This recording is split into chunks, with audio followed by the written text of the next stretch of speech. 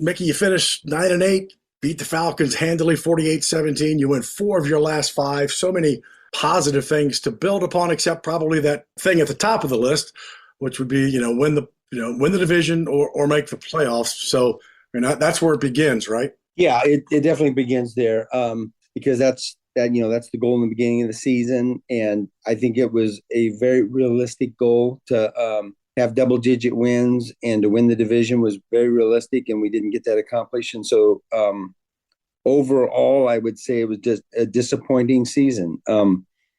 I do like, as you mentioned, that we finished, 1-4 of the last 5, finished really strong. We saw a number of times, a number of games where, it looked like a good performance, offense, defense, and special teams. And so that's encouraging. But we've got to be able to do that consistently throughout an entire season. Let's talk about Derek Carr, and two questions on him. First off, just his availability. 17 starts. We've seen the impact throughout the league, for many, many teams because of quarterbacks being injured. He fought through. He wasn't 100% every week, right, at those starts, but he fought through some stuff, this year. Yeah, I think really people don't realize how hurt that he was during the year, and still rolled it out there, still played well, did some really good things in spite of, having a really banged up body. And look, the best ability is availability, right? And so we were lucky enough during the Drew Brees years to have him available, 95% or whatever percentage of time that he was available. That's not common in our league. We saw a number of quarterbacks go down during the course of this season and every season. And so for Derek to be able to go out there, tough it out when he's hurt, that just speaks to how tough he is.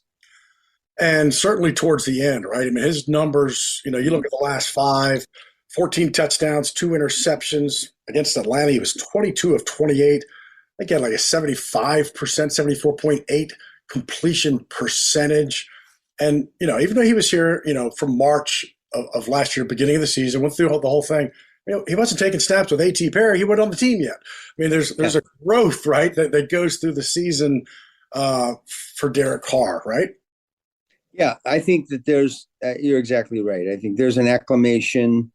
No matter how much of a veteran player you are, you have to get acclimated to your teammates, to the offense that you're running, the play calling, the tempo that we play at. There's all kinds of things that are different, when you change teams. And look, I think Derek did a really good job in a lot of areas. He was a top 10 quarterback in our league. He just is. Look at the rating points. Look at the numbers. Look at the performance. We get extra critical because we only won 9 games. I get it. We should be critical, but there's a lot of good things that he did, and I think it bodes well going forward. You talked to the team, I believe, after the season. Just not broadly speaking, what was the message? Yeah, look, I did do that. I don't do it very often, and it's really a message just for the players. And so I'm going to leave it at that. Trying to set the tone for what we expect going forward, and I thought it was well received. I guess the process moving forward for you, as far as meetings with Dennis and Mrs. Benson and your staff. So Coach Allen last night said he kind of takes a week, to get all the emotions out of it before he meets with his staff. What is your schedule moving forward with that? Yeah, same thing. We're in here this week. We're just talking about a few things that are more procedural. How do we want this offseason and the evaluations to go? And then starting next week, we'll start talking about the player evaluations and move on from there. And look, the process of evaluating college players for this draft is already deep. We're deep into it. Jeff and his staff and Dennis and I all start getting involved in that very, very shortly. He battled through injuries, but I would suspect that this will be a very important offseason for Trevor Penning. Yeah, absolutely. It's an important offseason for him. And we got to put him in the situation to be successful. We've got to help him with his development, with his confidence. He's got the ability to be a really good player in our league. But we've got to enable that by putting him in the right environment, giving him the right development, and we'll do that. We will do that. But you see players come in from smaller schools who've maybe been big fish in a small pond, but something like that, and they have some success early, and then they have some time struggling, and it is a confidence thing, right? I mean, you must have seen this before with players that have kind of been in that situation and kind of how to get out of it. Well, it's a lot of things. And look, in Trevor's case, he did come from a smaller school. I wouldn't say it was a small school, it was a smaller school. But he had some success playing against better competition.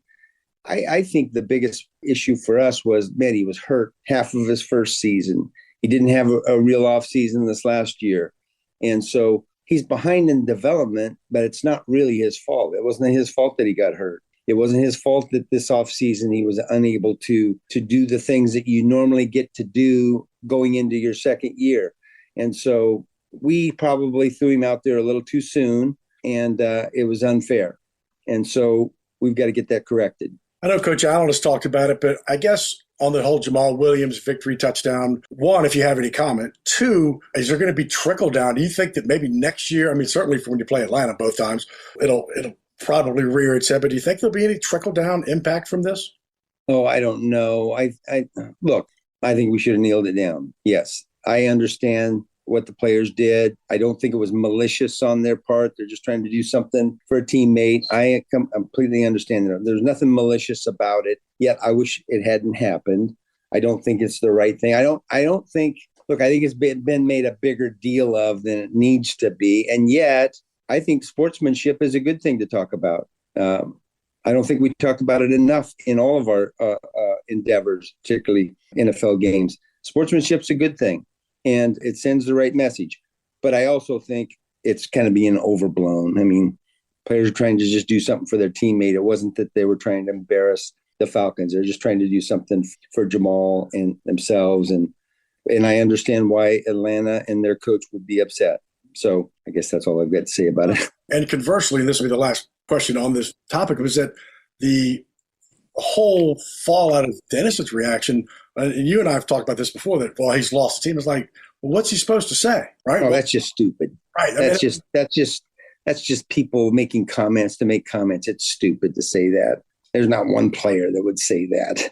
That's not, they were just trying to do a favor and do something good, what they perceived as good for a teammate. Had nothing to do with, defying the head coach or anything like that. That's just silly. That's just overthinking.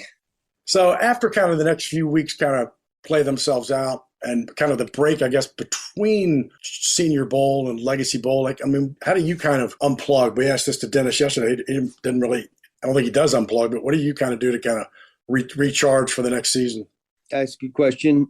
Look, I've got young kids that pay attention to. I got a couple grandkids that I'm going to pay attention to. Look, I'm excited for next season already, which typically doesn't happen for me for a few weeks, but I just see the possibilities that we have.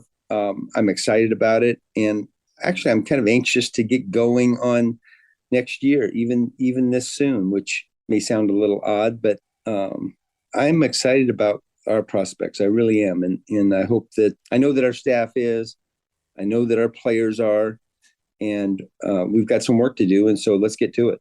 The draft 14th pick.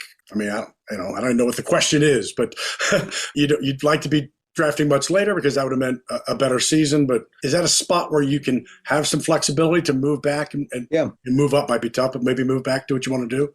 Yeah, I think it's actually a good. We're 9-8, and I think there were 5 or 6 teams that were 9-8, and we get to pick first of all those 9-8 teams. So we could have been picking 20th. I'd much rather pick 14th than 20th because you're going to have an opportunity. It's a good spot to we can move up a few spots if we need to at not too expensive a cost, and we might be able to slide back. I know I never slide back, but we may be able to slide back and pick something up. And still mathematically possible. Right. We can still get an equivalent player. So I kind of like the spot. And look, from what I've seen so far, I think this is a pretty deep, pretty good draft class. So we're going to get some, not just one good player. We're going to get some good players in this deal, and where and what position and all that remains to be